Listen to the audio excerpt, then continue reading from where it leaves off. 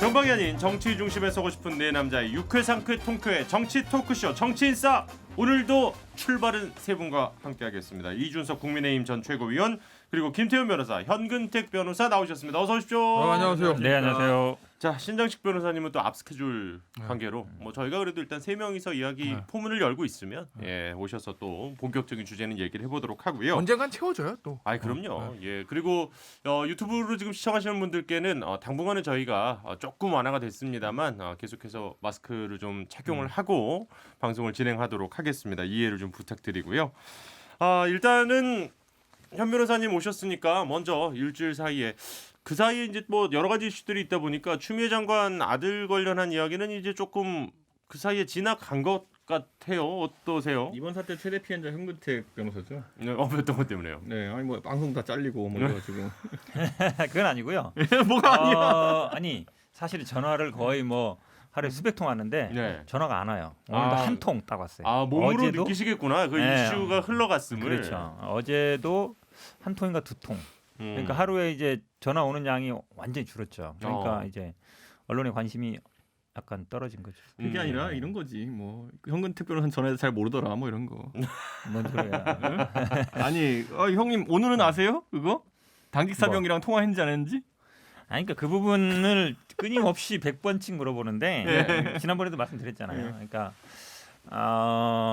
그 부분이 서로 진술들이 엇갈리고 있어요. 그러니까 우리 한쪽의 입장을 얘기하기가 곤란하죠. 그러니까 일단 지금 그 담당 변호사시니까 그것만 제가 여쭤보고 다시 말씀드릴게요. 그러면 지금 일단 재판 가는 거죠? 검찰 조사가 들어가는 아니 건가요? 재판이라 그러면 일단 기소가 돼야 재판 가는 거기 네. 때문에 뭐 수사 결과는 지켜봐야죠. 어떻게 나올지는. 그럼 일단 수사 결과 나올 때까지는 이 이야기는 지금 당분간은 좀 묻힐 확률이 높겠네요. 그러니까 당초는 수사 결과가 아마 뭐 대부분 언론에서 이것도 저희도 말하기 조심스러운데 어쨌든 언론에서는 뭐 추석 전에 나올 추석 거다 전에 나온다는 얘기들이 얘기 많았어요. 있었는데 예.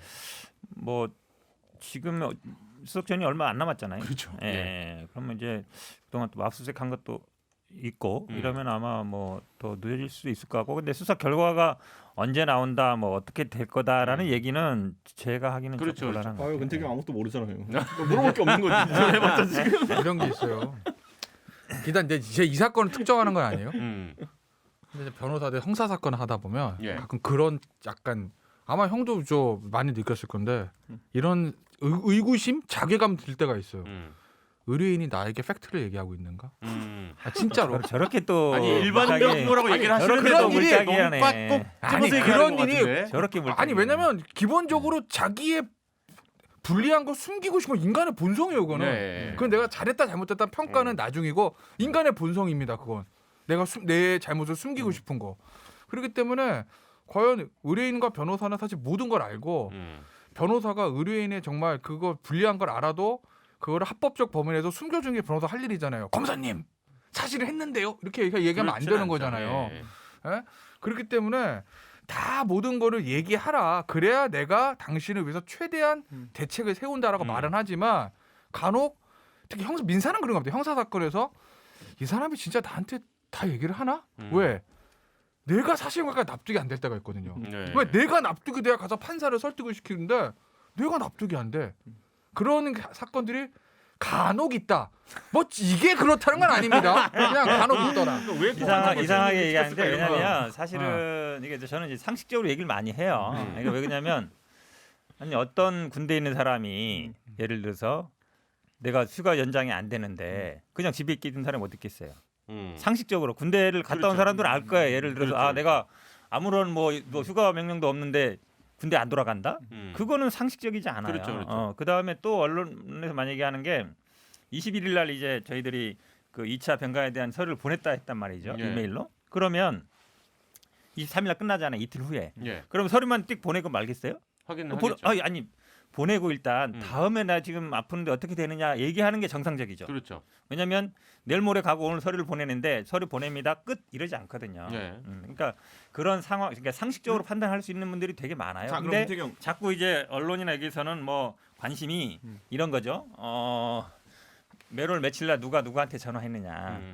그런 뭐 그거 얘기할 땐 저희들은 답변 안 해요. 그러니까 어쨌든 23일 전에 승인 받았다. 뭐 그걸로 끝이에요. 예. 근태경 예. 이건 봤을 것 같아. 이메일 보낸 거 내용 봤어요?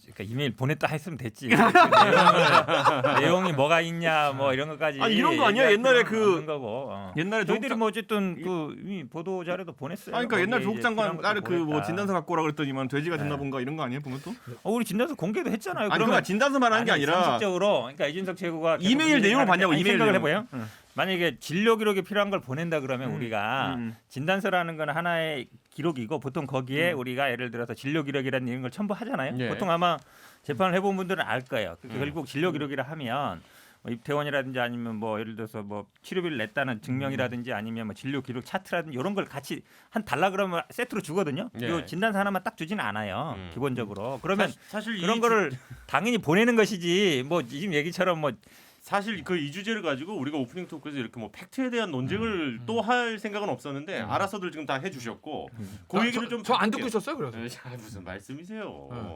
어쨌든 간에 요 논쟁을 지나서 정말 그 국민의힘 입장에서는 상당히 화력을 집중을 해가지고 이제 맹폭에 가까운 공격을 했는데 지지율이라든지 이제 이런 추세를 보면 여야가 둘 다 떨어지면서 그렇게까지 이제 말하자면 정치적으로 봤을 때는 뭐 잘못된 거를 짚는 부분도 있지만 효과를 많이 보진 못한 것 같아요.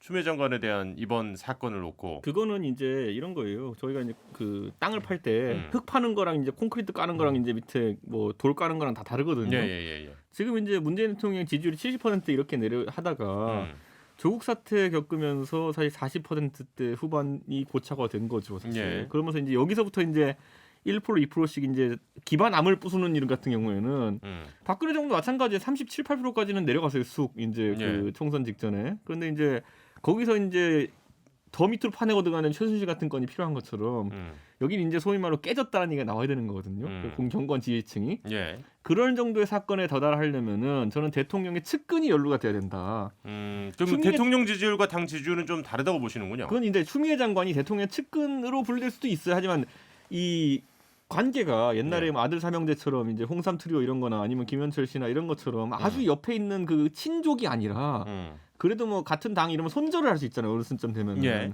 그렇기 때문에 저는 결국에는 불가분의 관계에 있는 사람이 어쨌든 비리로 연루되고 이런 것들이 나와야 그 기반함이 깨지는 걸 우리는 몇 번 봤거든요. 그러다 보니까 최순실도 처음에 나왔는데 이 아줌마 뭐 하는 사람이냐를 다들 헷갈렸는데 거기를 이제 논리적으로 이어놓은 게 뭐냐면 경제 공동체 뭐 이런 거잖아요. 불가분의 관계라는 걸 증명해야 되는 거였던 것처럼. 근데 이제 최순실 씨하고 추미애 장관을 같은 동일선상에서 그러니까 지금 그러니까 우리 그 어찌 동일선상에 오히려 이런 보면 거죠. 이 그러니까 제가 말한 게 관계 뭐냐면 문제를 하는 제가 그래서 그래서 오히려 마무리 아니, 할게요. 저는 오히려 그래서 동일선상에 놓는 게 아니라 이 건 같은 경우에는 나중에 추미애 장관이 정말 안 좋은 어떤 법적 판단을 받고 뭐 한다 하더라도 대통령의 지지율에 바로 타격하지는 않는다. 이건 그냥 손절하면 되는 관계예요. 이분 그냥 다음 정치 일정 예를 들어 서울시장이라든지 아니면 총리라든지 이런 거 안 시키면 되는 일이에요. 그냥. 아니 근데 이제 마치 제가 네. 반박할게요. 왜냐하면 이게 뭐 문재인 대통령하고 추미애 장관과의 관계 때문에 마치 이게 협박인 것처럼 얘기하는데 그게 아니고 사실은 이 아마 마지막 분기점은 병장회의에서 뭐 휴가 불가 연장 불가 결론을 냈다. 이걸로 저는 끝난 것 같아요. 그러니까 뭐냐면 이제 카투사를 뭐 잘 모르기도 하지만 많이 안 갔다 온 사람들이 그러니까 군대의 최근의 어떤 계를 잘 모르는 분들이 네. 저는 뭐 기자들한테 정말 수백 번 설명해도 그게 잘 반영이 안 되더라고요. 그러니까 어찌 보면 내용 자체가 별로 없는 거예요. 지금 얘기처럼 뭐 그런 게 아니라 왜냐하면 조국 전 장관 때도 마찬가지였죠. 그러니까 핵심적인 내용은 딱 두 개였어요. 시작이 현병장이 6번 마크를 다는 모르는 대위가 와서 연장 지시했다. 예. 그다음에 이철원 그 대령이 여기저기서 뭐 청탁 왔다. 음. 그 사람 두 개로 시작한 거잖아요. 결론은. 그렇죠. 현병장의 그거부터 출발한 그걸로 거죠. 시작한 거죠. 예, 결국은 그러니까 야당에서도 그거 하나 가지고 계속 울겨 먹은 거예요. 근데 내용이 없죠. 사실은 아까 제가 상식적으로 말씀드렸지만 어떤 휴가 온 병장이 저 군인이 내 휴가 문제가 연장 정상적으로 안 됐는데 집에 있겠어요. 그럼 말이 안 되는 거예요. 상식적으로 판단해 보면. 예. 그리고 뭐 군대 안 간 것도 아니고 어디 뭐 꽃보지기 간 것도 아니고 안 아픈데 뭐 병가 간 것도 아니고 그 세 개면 끝나는 거거든요. 그러니까 아주 간단한 문제인데 이거를 뭐 우리 다 봤지만 기사가 한 지난 20일 동안 한 18,000개 이상 쏟아져 나왔는데 예. 하루에 1,000개 가까이 되는 거거든요. 피크일 땐 1,000개도 넘었어요. 근데 사실은 다 알맹이가 없는 내용이죠. 그거에 야당도 되게 어찌 보면 되게 이제 뭐 흥분했다는 말은 좀 이상하지만 어쨌든 굉장히 공격 포인트를 뭔가 잡았다. 있는 것처럼 생각했는데 결국은 이제 까보니까 별게 없는. 근데 이제 그런 요거는 사건이 이제 된 거죠. 일단은 우리가 그 검찰 수사 결과를 이제 좀 보긴 봐야 됩니다, 그죠? 예, 수사 결과가 추석 전이면 우리가 다음 주 녹화 전에 어쨌든 나올 수도 있고 아니면 좀 더 이제 늦어질 수도 있을 것 같은데 약간 반사 효과는 어쨌든 없었잖아요. 현재까지만 놓고 보면. 현재까지요? 저쪽이 떨어지고 네, 이제 네. 국민의힘 쪽이 좀 지지율이 올라야 네. 말하자면 네. 그쪽에 정말 문제가 있다고 생각하는 사람들 네, 아니면 이제 네. 중도층의 사람들이 이제 네. 일로 많이 넘어갔다 이런 느낌을 줄 수가 있는데 네. 근데 이제 이건 솔직히 말씀드리면은 민주당의 지지율을 떨어뜨리는 문제지 국민의힘의 지지율이 올라가는 문제는 아니거든.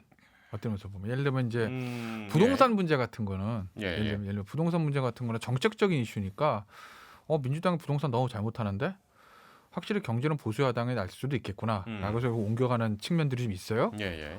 이번에 우리 이제 곧 얘기하겠지만 이제 그 서해에서 그 비극 그것도 안보 문제니까 역시 진보 정부는 안보는 안 될 것 같아. 보수가 좋을 것 같은 거 이렇게 옮겨가는 측면들이 있는데 이거는 사실은 뭐 옮겨갈 만한 이슈는 저는 아닌 것 같아요. 그러니까 예를 들면 민주당의 지지율, 야 얘네들 민주당 뭐 이렇게 뭐 겉으로는 뭐 공정 얘기하자면 그건 아니잖아 말뿐인데 뭐 이렇게 떨어뜨릴 수는 있지만 그게 이제 국민의힘 쪽으로 옮겨갈 만한 요소는 좀 아닌 것 같아서 글쎄 국민의힘이 그렇게 이걸 가지고 글쎄 모르겠어. 이걸 가지고 애초에 당에서 어떤 전략을 짜는지 모르겠지만 이것 때문에 국민의힘 지지도 엄청 올라갈 거라고 생각했으면 오산인 거죠. 아마 그렇게 생각했던 전략통들은 별로 없을 것 같아요. 저는. 예. 그리고 또 하나는 이슈가 너무 길어지면 예. 쟁점이 흩어져요. 그리고 이제 피로감이 생겨 확실히. 필요하죠. 예. 그리고 지금 언제부터인지 참 이게 좋은 현상은 아닌데 모든 이슈가 따지면 양쪽의 진영이 결집하는 형상이 생기거든요.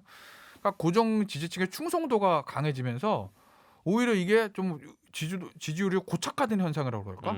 중도층은 가만히 움직이지 않고, 그러니까 사건의 본질이나든지 아니면 팩트, 본질, 의미 이거보다 이제 무조건 공격, 무조건 방어 뭐 이런 측면들이 좀 생겨서 아마 그래서 크게 움직이지 않았던 거 아닌가 싶고, 그리고 이제 검찰의 수사 발표인데 그래서 모르겠어요 이게 진짜 수사 결과가 지금 나왔는지 안 나왔는지 모르겠는데 만약에 예를 들어서 검찰이 이런 큰 수사 결과를 발표할 때 네.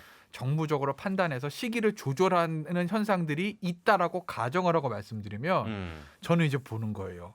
과연 만약에 그런 가정 전제하에 지금 수사 결과 다 나왔다면 예. 추석 전에 발표하는 게 좋은지 이후에 발표가 좋은지 일단은 추미애 장관하고 검찰 입장에서 보면 수사 결과가 어떻게 나오든지 추석 전에 하는 게 좋아요. 왜? 지금 모든 언론을 도배하는 게 뭐죠? 지금 서해입니다. 서해죠. 오늘 발표하잖아요. 추미애 네.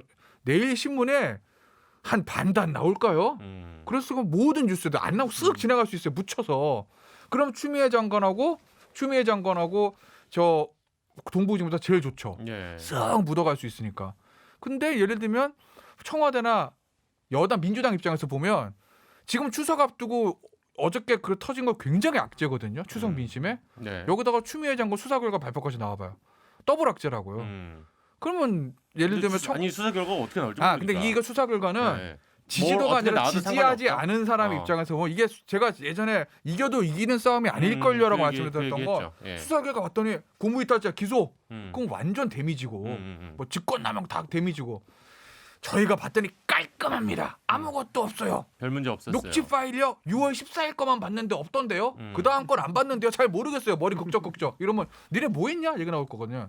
그래서 제가 이겨도 이기는 변호인으로서는 이긴 거지만 정치인으로서는 이긴 싸움이 아닐 거라고 그렇게 말씀드렸잖아요. 그래서 수사 결과가 어떻게 나와도 좋을 건 없다는 얘기. 이 사건의 본질 자체가. 그래서 저는 아까 그런 전제하에서 말씀드리면 과연 동부지검이 언제쯤 발표할 거고 지금 다 나왔다는 걸 전제를 하는 거예요. 수사 결과가. 그거에 따라서 어떻게 영향을 미칠까? 이게 이제 저 어제 서해에서 그 비극적인 사건과 연관시켜서 한번 생각을 해본 뭐 거예요. 일단은 오늘 우리가 나눠야 될 가장 중요한 이야기를 지금 일단 먼저 언급을 해주셨기 때문에 잠시 광고 듣고 돌아와서 본격적인 서해 이야기부터 좀 해보도록 하겠습니다.